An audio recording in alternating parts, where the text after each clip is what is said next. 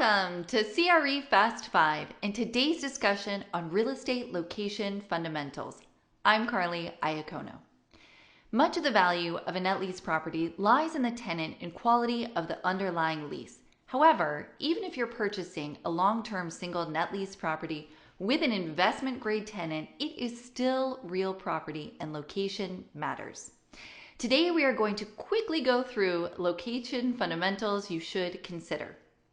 Let's start with demographics and specifically population density in the 1, 3, and 5 mile radius of the subject property.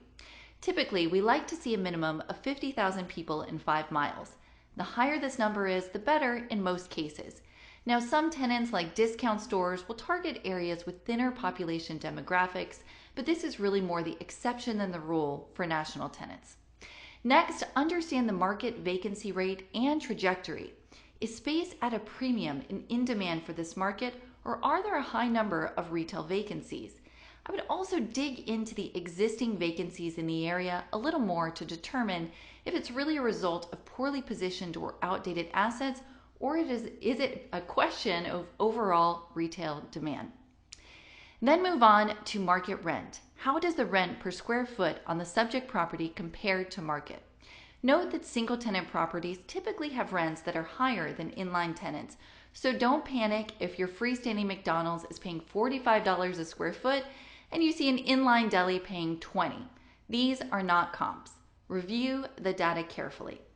Newer built-to-suit properties will often have above-market rent, but how much above becomes the question. Now, market rent is obviously of immediate concern if the property you're considering has a shorter term lease, so consider that carefully. I would then look at the concept of cannibalization.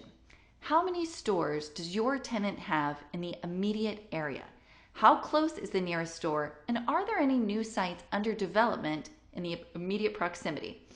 Now, some brands intentionally open locations close together to restrict competition, whereas others follow a completely different strategy. Next, I would look at the position of your asset compared to others in the market. Is it on a main corridor, or is it off the beaten path? How is the visibility of the site? How important visibility and market positioning is will depend on your tenant as well.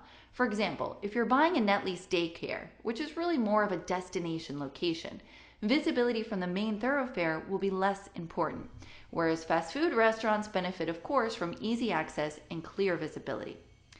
Traffic counts or vehicles per day is a related concept. Over 20,000 vehicles per day is really a good benchmark, but again, relevancy is somewhat tenant specific. Finally, consider the ingress and egress of your site.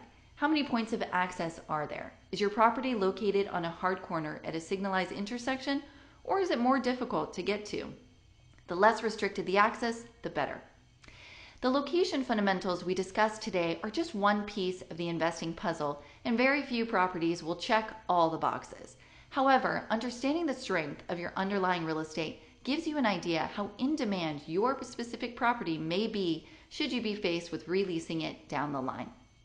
Thanks for watching CRE Fast 5. I'm Carly Iacono, and I'll see you soon.